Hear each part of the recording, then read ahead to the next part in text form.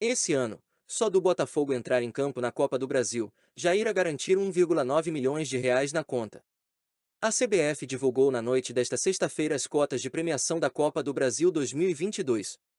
A competição dará ao campeão 60 milhões de reais, 4 milhões de reais a mais do que na última edição. O total arrecadado pelo time vencedor pode chegar a quase 80 milhões de reais, contando as classificações anteriores. Classificado de forma direta para a terceira fase por ter conquistado o título da Série B do Brasileiro, o Botafogo já garante no mínimo 1,9 milhão de reais em premiação. Se o Glorioso for o campeão, vai embolsar 76,8 milhões de reais no total. Por conta do título da Série B e dessa vaga direta, aliás, o Botafogo não viu sua cota diminuir por ter caído para a 18ª colocação no ranking nacional de clubes e ficado, assim, fora do grupo e na premiação das duas fases iniciais.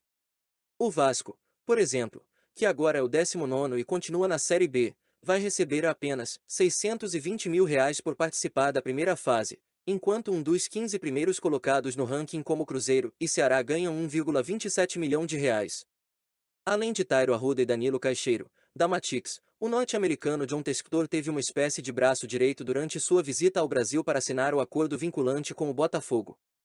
Jorge Galo, advogado do escritório Campos Melo, auxiliou o investidor no processo e esteve lado a lado com o empresário nos dias em que esteve no Rio de Janeiro.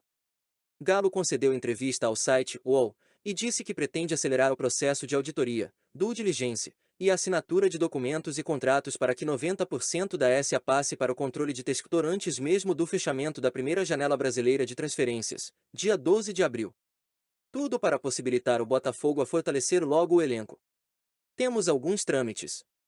O primeiro é a questão de auditoria. Já iniciamos um processo de auditoria, que é a análise de documentação, contratos, eventuais processos judiciais, mas é uma auditoria confirmatória porque já temos mapeado qual é o tamanho da dívida, quais são os contratos vigentes e tudo mais. É mais uma auditoria para levantar eventuais red flags e mostrar para o investidor que, dificilmente, vai ter alguma coisa que não foi mostrada. Junto a isso, caminha para a celebração dos documentos definitivos mesmo. Parte do investimento, 50 milhões de reais, vai ser feito via empresário, para pagar despesas correntes e também contratação de atleta, e depois assina o documento do investimento, onde ele vai passar a, de fato, ter as ações na SA, explicou Galo. Uma coisa importante é que esse ano tivemos uma mudança na regra sobre a janela de transferência de jogadores. A janela no Brasil fecha 12 de abril, essa de verão, e depois, a de inverno, abre em julho e fecha em agosto. O fato de ter janela maior do que normalmente dá a possibilidade de fazer contratações para fortalecer o elenco ainda para o início do brasileiro. Esses 50 milhões de reais de empréstimo também poderão ser usados na contratação de jogadores. Isso vai ser definido por um comitê formado por membros do clube e do investidor. Estimamos que todo esse processo de autoria e celebração dos documentos seja finalizado antes do fechamento da janela. Isso vai possibilitar a discussão e investimento já para a contratação de atletas ainda nesta janela. Essa mudança foi muito benéfica nesta situação em que estamos passando, completou.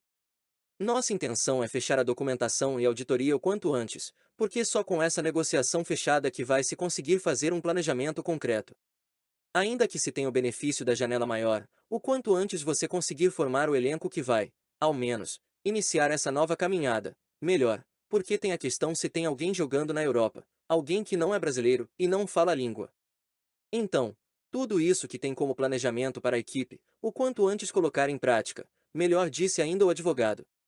Jorge Galo elogiou o Botafogo no sentido de, já nos anos anteriores, ter discutido e amadurecido a ideia de transformar-se em clube-empresa.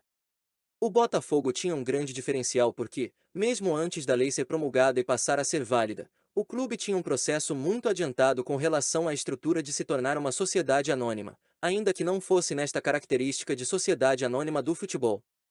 Isso facilitou muito o entendimento de algumas coisas, e vai facilitar muito também na transição, porque estamos lidando com pessoas que já estavam preparando o clube para passar por essa transição e, principalmente, para receber esses investimentos, fosse ele externo, de algum investidor como o John, ou mesmo interno.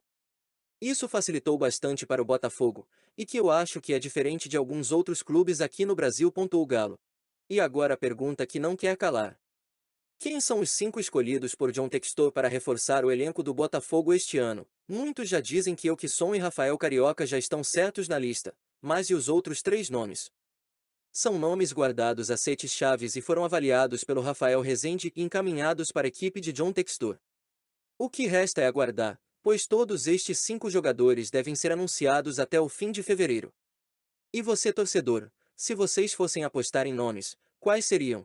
Deixe sua lista de jogadores nos comentários do vídeo e o inscrito que conseguir acertar os 5 nomes. Colocarei o print da lista no meu próximo vídeo.